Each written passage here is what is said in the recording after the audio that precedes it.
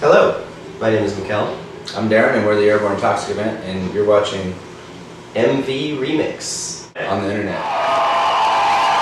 Well, thank you very much. Good evening, everybody. It seems that you guys as a band have come a long way. I know I've read somewhere that you guys recorded the self-titled release on Daren's lunch breaks at his day job, and then you went along to play massive festivals like Lollapalooza. So like, how are you guys feeling about your success so far? I don't know, it felt like really step by step, you know. I think from the outside it looks like it's all happened like overnight, like you woke up one day and then you're like on the main stage of Lollapalooza or something. Yeah. But there was like a million other steps in the middle.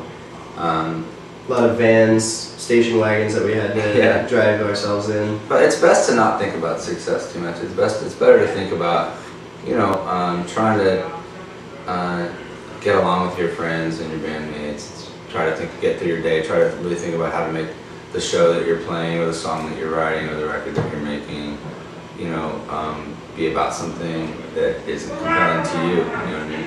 And maybe to bring it to life for others. And all the other stuff, you know, it ebbs and flows. It comes and, you know, maybe it'll be there, maybe it won't. But you don't want to think about it too much. It can drive you sort of mad.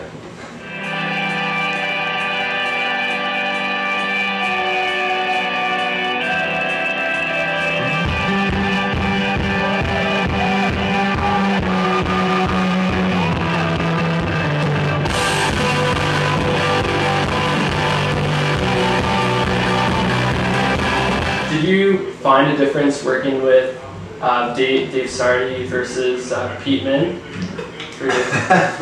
Yes. A little. To put it lightly. A little. Yeah. Yeah. Dave Sardi sat us down the first day. Then we'd finished playing, I think it was Strange Girl.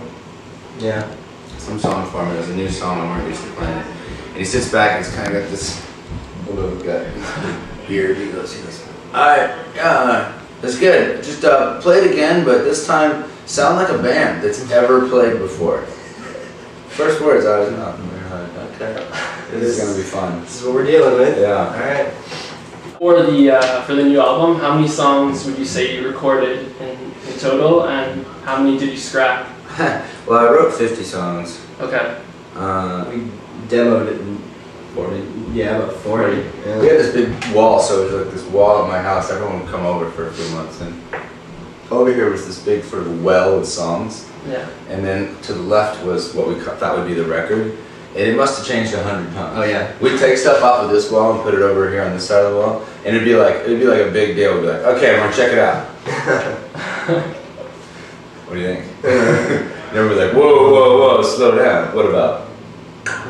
So there was a lot of material, and what we ended up with was something where we wanted there to be some sort of story arc, where we could tell a story with the record, and that the pieces of writing musically and sonically and lyrically, thematically fit together to kind of like tell a story. And then we were lucky enough to do that, I think. It's our record. Yeah. We put our favorite songs on. Nobody decided. We decided. We made the record. Our record label, we handed them a record, and they said, great. And that was it.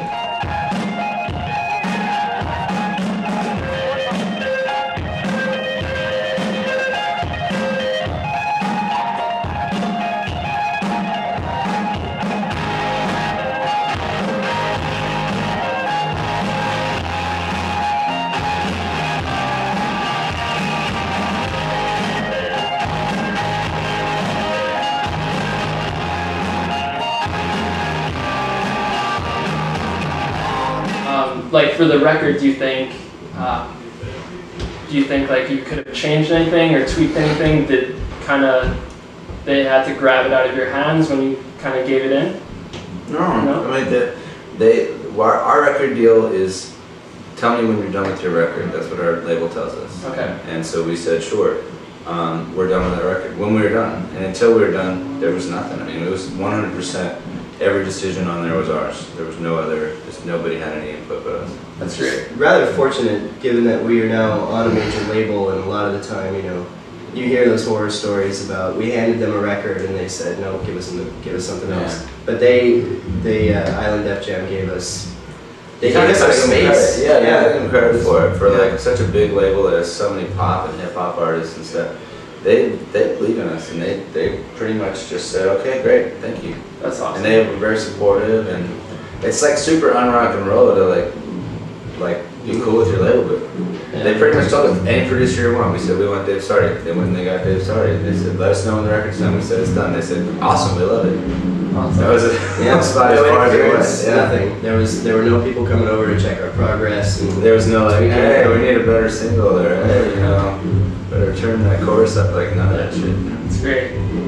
If you had to sell the album on one song, which one would it be? And All at once. yeah.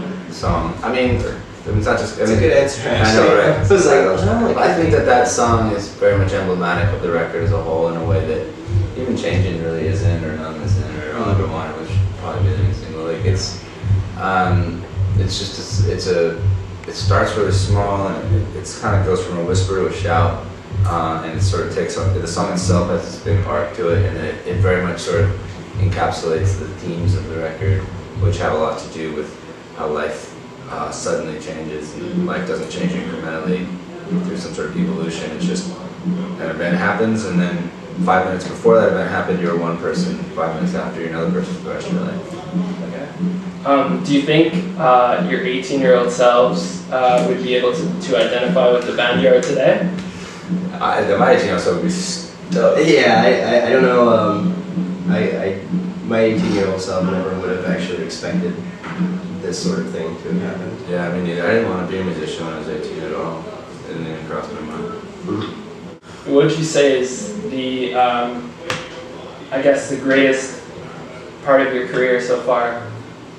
The greatest part of a career? Yeah. The shows lately have been pretty damn good, I guess. Shows have been good. We've been this last run of shows has been like just crazy mental type stuff. And we're in a zone. Audiences have been like everyone's just each night it feels like we're onto something. That's been pretty cool. Is there any one song you love to play live, and then another that you're kind of starting to get tired of? I still love playing Papillon live. That's good. From our first album. We usually bring it out during the encore now, and the fans really react. It's like when you light the match and you get that first like that it happens once Steven starts in with that guitar riff. Yeah, everyone's going nuts. I wouldn't say I've gotten tired of playing these songs. Okay.